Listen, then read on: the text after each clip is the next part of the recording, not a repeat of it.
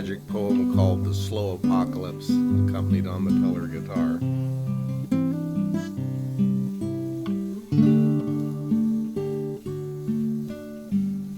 It started with a pothole, growing bigger, never fixed. Guardrail torn out, cables dangling in the air. The roads were bad. The pool was silty, the water colder, the toilets broken, draped in trash bags not repaired. At first we complained, but nothing changed, and we got used to what we had. Cars were marked for sale with the cat converters cut away. Got some rust, but starts and drives. Might need some brakes, but tires okay.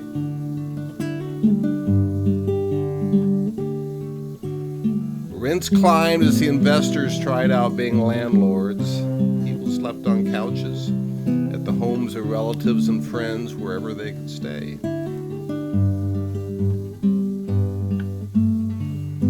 We watched unsurprised when the grass fires came earlier and lasting longer. The storms were something new. The wind, the rain, storm, surge, and hurricane.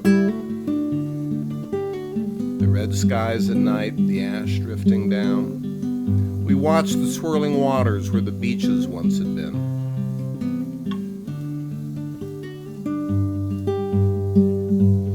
And hospitals were harder to get into as the appointments stretched out months ahead. Patients were stuck waiting for the ER or stuck in the ER waiting for a bed.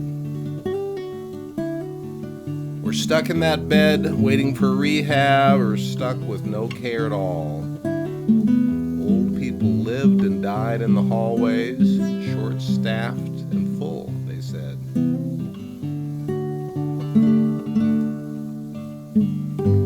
Shelves in the market were mostly empty. Lines were long and the registers closed, with only a few to work the till. People saw their first $100 grocery bag and their first $100 gas tank fill.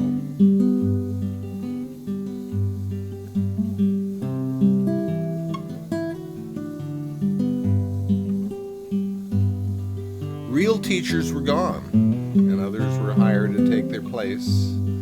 Veterans, and then the wives of veterans, and finally just whoever would come.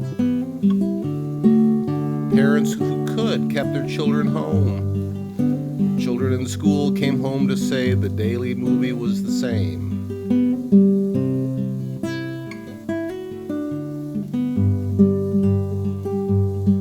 Lives grew shorter, mostly children and the old would die. Breed of politician emerged, angry and loud, the demagogues. Blaming the pain and fear on darker skins, the gays, the trans, the radical left. To a smoldering fire, they brought gasoline and logs.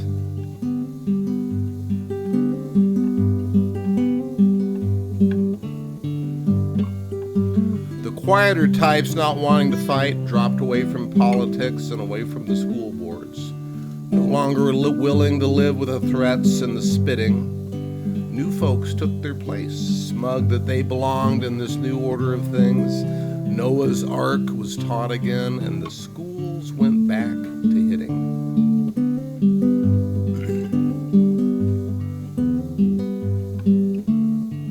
Staying home seemed safe, and there was nowhere to go anyway. Everything was closed or too expensive or broken or charged a fee. Doors were locked and locked again, curtains closed up tight, while families tried to forget the day and settled in to watch TV. It was the end, but it came on slow, and no one really wanted to know anyway. It was the end.